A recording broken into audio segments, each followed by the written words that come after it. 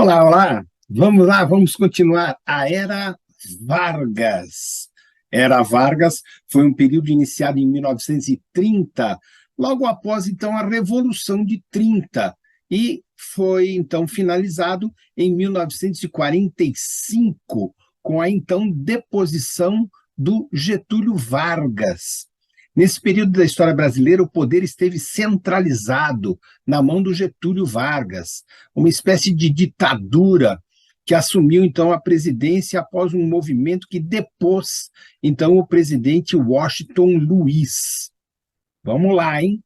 Lembrar que Getúlio Vargas ficará numa segunda eleição e até então sua morte, tá bem? Não vamos confundir. Era Vargas, 1930, 45. Então vamos lá?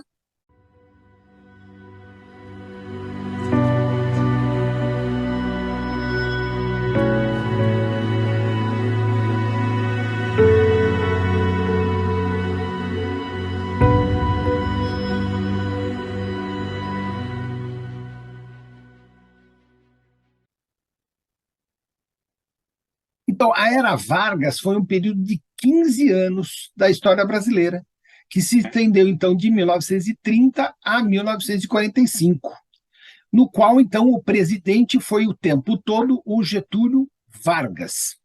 A ascensão do Getúlio Vargas ao poder foi resultado direto de uma revolução que destituiu, então, Washington Luiz e impediu a posse do Júlio Prestes, que foi, então, o presidente eleito que assumiria o país.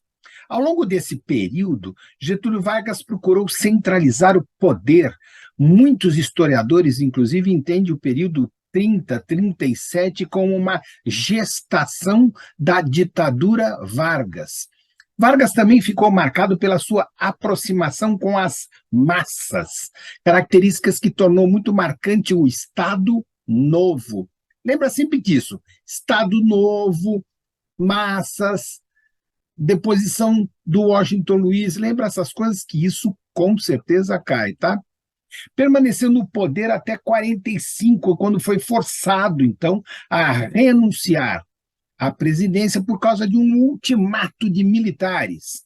Com a saída de Vargas do poder, foi organizada, então, uma constituição para o país, que foi iniciada, então, uma outra fase da história, a gente chama isso de Quarta República, de 1946 até 1964.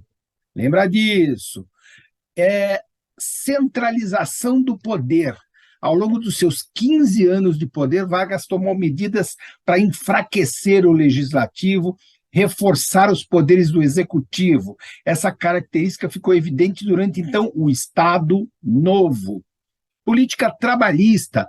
Vargas atuou de maneira consistente no sentido de ampliar os benefícios trabalhistas. Para isso, criou, então, o Ministério do Trabalho e concedeu direitos aos trabalhadores. Era uma forma de reforçar o poder, se aproximando, então, das massas. Propaganda política, o uso da propaganda como forma de ressaltar as qualidades do seu governo foi uma marca muito forte do governo Vargas e que também ficou evidente durante o Estado Novo e também a criação do Departamento de Imprensa e Propaganda, o famoso DIP, que ia atrás, censurava, prendia, era um negócio fantástico. Capacidade de negociação política. Ele tinha uma capacidade que não surgiu do nada, mas foi sendo construída, aprimorada ao longo de sua vida política. Vargas tinha uma grande capacidade de conciliar grupos opostos em seu governo, como aconteceu em 30, quando então as oligarquias dissidentes e os tenentistas estavam em grupos opostos, mas apoiando Getúlio Vargas. A postura de Vargas no poder do Brasil durante esse período pode também ser relacionada com o populismo, principalmente pelos seguintes aspectos. Lembra isso, hein? Relação direta e não institucionalizada dos líderes com as massas. Defesa da união das massas. Liderança baseada, então, no seu carisma. Sistema partidário bastante frágil. Transição de poder. Vargas e os militares aliados, em foto ali tirada na Revolução de 30, mostra muito isso, transição de poder. Então ele se vestia de militar para mostrar que ele estava ao lado e depois negociava com este e com aqueles para ficar todo mundo bem, né? A ascensão de Getúlio Vargas a presidente acontece numa imposição de um modelo político que existia no Brasil durante a Primeira República. Ao longo da década de 20, inúmeras críticas foram feitas ao sistema, então, que vigorava no nosso país, sendo que os tenentistas, em um movimento de oposição, foram o maior destaque daquele período, né?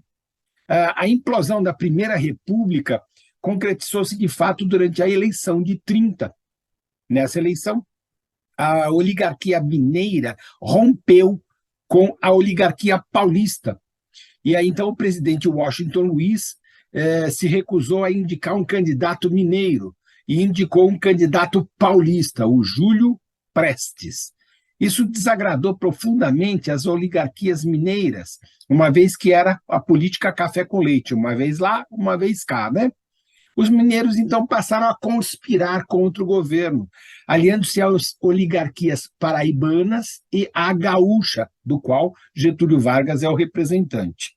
E aí, então, lançaram uma candidatura do Júlio, contra o Júlio Prestes, do Getúlio Vargas, então, ali, naquele momento histórico, né? Bem, então, como é que ficou? A disputa eleitoral travada entre o Júlio Prestes e o Getúlio Vargas teve como desfecho a vitória do Júlio Prestes.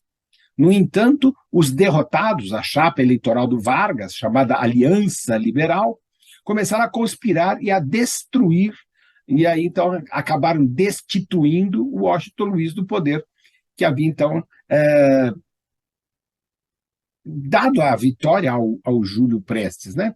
Essa conspiração virou uma rebelião, quando então o João Pessoa, o vice do Getúlio Vargas, foi assassinado em Recife por um senhor chamado João Dantas. O assassinato do João Pessoa não tinha nenhuma relação com eleição disputada, mas foi usado como uma forma de revolta.